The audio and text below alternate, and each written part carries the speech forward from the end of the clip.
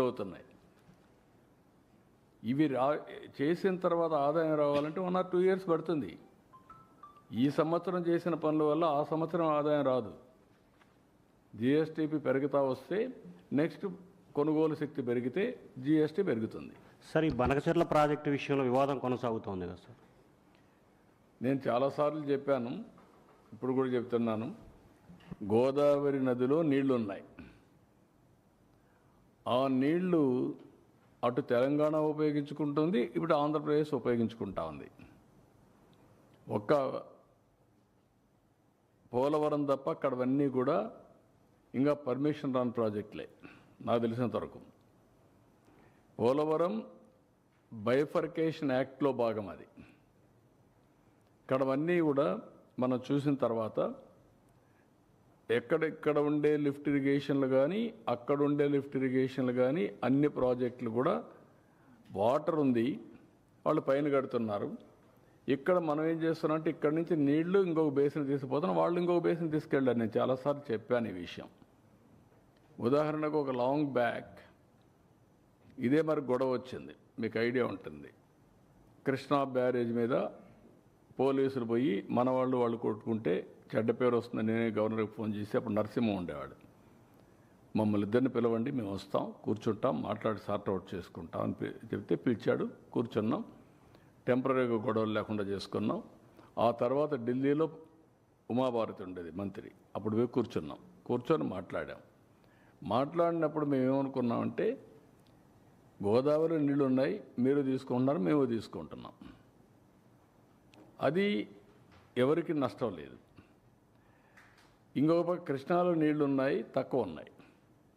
దీని మీద మనం కొట్టుకుంటే లాభం లేదు. మీ ఇప్పటి వరకు ప్రాజెక్టుల వారిగా అలొకేషన్ వాళ్ళకు ఇచ్చారు, ఇక్కడ ఇచ్చారు, అది కంటిన్యూ చేద్దాం. కొత్త ట్రిబ్యునల్ ఉంది, ట్రిబ్యునల్ వచ్చిన తర్వాత వాళ్ళు ఏ రిపోర్ట్ ఇస్తే దాన్ని బట్టి దానికి సెపరేట్ ఇది ఉంటుంది, అథారిటీ డిసైడ్ చేస్తారని చెప్పాను. దాని ప్రకారమే ఇప్పుడు ఎన్ బ్లాక్గా తీసుకుంటున్నాం. ఆంధ్రాకు వచ్చే వాటర్ మనం తీసుకుంటున్నాం, తెలంగాణకు వచ్చే వాటర్ వాళ్ళు తీసుకుంటున్నారు. కంబైన్డ్ ఆంధ్రప్రదేశ్ నేనే చాలా ప్రాజెక్టులు స్టార్ట్ చేశాను, మీరు గుర్తుపెట్టుకోవాలి. ఈరోజు ఏదైతే ఉందో దేవాదులు నేను స్టార్ట్ చేసిన ప్రాజెక్టే, కల్వకుర్తి కృష్ణాపైన నేను స్టార్ట్ చేసిన ప్రాజెక్టే కల్వకుర్తి. ఎస్ఎల్బీసీ సక్సెస్ అయిన తర్వాత కల్వకుర్తి స్టార్ట్ చేశాను. కృష్ణా మోడర్నైజేషన్ చేస్తామని చెప్పి 20 టీఎంసీ సేవింగ్ చూపించి ఆ 20 టీఎంసీ బీమాకి ఇచ్చాం క్లియరెన్స్కి. ఇట్లా ఆ రోజు సమైక్య ఆంధ్రప్రదేశ్ అప్పుడు దేవాదులు నేను చేసినప్పుడు ఈ పక్క పుష్కర, అదే మాదిరిగా ఇంకొక ప్రాజెక్ట్ లిఫ్ట్ ఇరిగేషను తాడిపొడి, ఈ 2 లిఫ్ట్ ఇరిగేషన్ స్టార్ట్ చేశాను. ఇప్పుడు తర్వాత అంతమునుపు ఎల్లంపల్లి అన్నారు. ఎల్లంపల్లి పెద్ద కాంట్రవర్సీ అయింది, అసెంబ్లీలో పెద్ద పోరాడాం, 19 days పోరాడాం ఎల్లంపల్లి గురించి, కరప్షన్ గురించి. అది అయిన తర్వాత ఇప్పుడు కాళేశ్వరం వచ్చింది. కాళేశ్వరం వచ్చినప్పుడు నేను చెప్పాను, మీరు కట్టుకుంటున్నారు, ఇట్స్ ఓకే, ఎప్పుడు కూడా నేను అబ్జెక్ట్ చేయలేదు. పై నుండి వాటర్ వాడుకుంటే నష్టమా, కింద నుండి వాటర్ వాడుకుంటే నష్టమా అండి? ఇది సముద్రంలో పోయే నీళ్ళు, వేస్ట్ అయ్యే సముద్రంలో పోతుంది. మీరు ఎక్కడ వాడుకుంటున్నారు? పైన నుంచి మీరు ఆ నీళ్లు వాడకపోతే ఎక్కడికి వస్తుంది? వీడికి వస్తుంది. ఎవరన్నా రేజ్ చేస్తే ఆ పాయింట్ రేజ్ చేస్తారు, నేను ఎప్పుడు రేజ్ చేయను. తెలంగాణ కానీ ఆంధ్ర కానీ తెలుగు కమ్యూనిటీ ఎందుకు మనం ఇష్యూస్ చేసుకుంటున్నాం? అమికబుల్గా ఇచ్చి పుచ్చుకునే ధోరణిలో సముద్రంలో పోయే నీళ్ళు మీరు వాడుతున్నారు, వాడండి. దానికి చట్టబద్ధ కావాలంటే గవర్నమెంట్ ఆఫ్ ఇండియాలో కూర్చొని మాట్లాడుకుందాం. అంతేగాని ఇష్యూ చేయడం ఎక్కడ లాజిక్ అంటున్నాను నేను, అది కరెక్ట్ కాదు.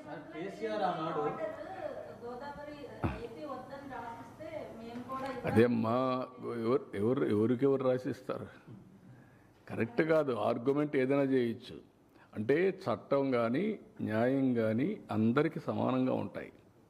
మనం కొట్లాడుకుంటే వచ్చే లాభం. నేను ఎందుకు కొట్లాడలేదు? తెలంగాణ పైన ఎప్పుడైనా గొడవ పడ్డానా? వై? నా థియరీ ఒకటే, గొడవ పడితే ప్రజల్ని మభ్య పెడుతున్నాం మనం. మభ్య పెట్టి మోసం చేయడం లేకుంటే మభ్య పెట్టడం మనకు లాభం లేదు. ఓకే, ఆంధ్రప్రదేశ్ కోసం హైదరాబాద్ డెవలప్ చేశాను నేను, అందరూ యాక్సెప్ట్ చేస్తున్నారు. బైఫర్కేషన్ అయ్యింది, తెలంగాణకి వెళ్ళింది. ఇప్పుడు ఇంకా నేను గొడవ పెట్టుకుందానికి వచ్చేటేంటి? కాబట్టి వాళ్ళే బాగుపడుతున్నారు. నా ఒక రాజకీయ నాయకుడిగా నేను చాలాసార్లు చెప్పాను, నాకు ఒక తృప్తి. ఏం తృప్తి? నేను క్రియేట్ చేసిన ఎకో సిస్టమ్ బాగా పనిచేసి సంపద సృష్టించి తెలుగు జాతి బాగుపడతా ఉంది. హైదరాబాద్ వల్ల 75% తెలంగాణకు ఆదాయం వస్తుంది, 75% ఇన్కమ్, 67% సర్వీస్ సెక్టర్, నాలెడ్జ్ ఎకానమీలో. ఎట్లొచ్చింది? ఆ రోజు చేసిన ఫౌండేషన్ 25 ఏళ్ళలో వచ్చింది. Highest per capita income in the country Telangana even today. అదే మరి జిఎస్టిపిలో highest contribution GST Telangana. Why? That is the economy I visualized, I created. ఈరోజు ఎప్పుడు కూడా నేను ఈ మాట మాట్లాడానా? కాదు. వాళ్ళు ఎంజాయ్ చేస్తున్నారు, ఐఎమ్ వెరీ హ్యాపీ. ఒక రాజకీయ నాయకుడు ఏం కోరుకుంటాం? మన వల్ల లాభం పొందాలి, మనం చేసిన పని వల్ల ఫలితాలు వస్తే అది ఒక సాటిస్ఫాక్షన్. ఇక్కడ అమరావతి ఒకప్పుడు చెప్పేవాడు, నేను హైదరాబాద్ కట్టినప్పుడు నేను నాకు ఉద్యోగం కోసం కట్టానా? ఇక్కడ అమరావతి కట్టాం, కడితే నాకు ఉద్యోగం కోసం కడుతున్నామా? రేపు తరాలకి, భావి తరాలకి, భవిష్యత్తు కోసం. సార్ మీరందరూ మనంతా తెలుగు వాళ్ళు బాగోవాలని కోరుకుంటున్నారు, కానీ నిన్న అఖిలపక్షం ఏర్పాటు చేసి బంకచెరువుల మీద అవసరమైతే పోరాటానికి నేను వాట్ ఐఎమ్ సెయింగ్, పోరాటం అవసరం లేదు. వాళ్ళు కట్టే ప్రాజెక్టులు అన్ని కట్టి నీళ్ళు ఇచ్చుకుంటే చాలు. వాళ్ళు ఎందుకు పోరాటాలు? దేనికోసం పోరాటం? మీరు కట్టండి, ప్రాజెక్టులు కట్టి నీళ్ళు తీసుకోండి. ఎవరు తిన్నారు? గోదావరి నీళ్ళు ఉన్నాయి, మీరు వాడుకోండి, ఇక్కడ వాడుకుంటారు. కృష్ణాలో ట్రిబ్యునల్ ఉంది, ఆ మాట నేను చెప్పాను. రేపు పోతాం, ఢిల్లీలో కూర్చుంటాం, మాట్లాడుకుంటాం. వాళ్ళు నేను అబ్జెక్ట్ చేస్తే కదా నువ్వు కట్టుకోవద్దని. సార్ కూటమి అధికారంలో ఉంది కాబట్టి బీజేపీ ఎక్కువ ప్రాజెక్ట్స్ ఇస్తోంది, తెలంగాణకి ఓకే చేయడం లేదని కూడా అంటున్నారు. ఆ మాట నేను అందుకే నేను ఎప్పుడూ చాలా జాగ్రత్త